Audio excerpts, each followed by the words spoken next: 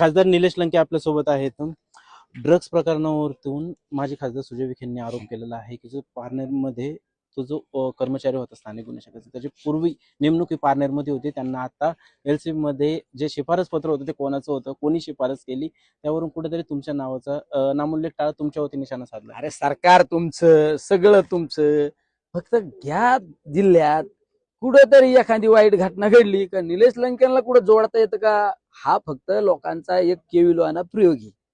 तुम्हाला तुमचा राजकीय पराभवच मान्य झालेला नाही म्हणून कुठंतरी आता त्या माझ्या पार्टनरमध्ये कुठल्या ड्रग्ज सापडलं, तो कोण पोलीस कर्मचारी सापडला, सरकार तुमचं नियुक्ती करणारे तुम्ही, आमचा काही संबंध आहे का?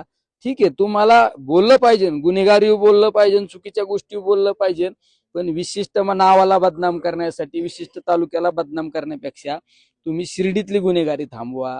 शिर्डीमध्ये आमच्या एका गरीब कुटुंबातला मुलगा उदरनिर्वाहासाठी तिथं गिदे नावाचा, सचिन गिदे नावाचा एक मुलगा आला, त्याला खंडणीतून एक जणांनी त्या पोकळे नावाच्या ग्रस्तानी पकडलं, त्याला टायर मध्ये जाळून मारलं. तो पोकळे, दीपक पोकळेचा कार्यालयाचं उद्घाटन ह्या महाशयांनी केलं. तुमच्या शिर्डीमध्ये नागरिक सत्कार झाला, तुमच्या नागरिक सत्काराचं नियोजन कोणी केलं? तुमच्या मोठ्या हारात कोण होतं? हा पोकळे होता. त्याच्या 18 गुन्हे दाखल आहेत. 307 सारखे, 302 सारखे. आपल्या आष्टीच्या आमदार सुरेश धसांनी सतत सांगितलं, इतकी गुन्हेगारी, याला कोणाच आभय? यावर तुम्ही बोललं पाहिजे. तुम्ही ज्या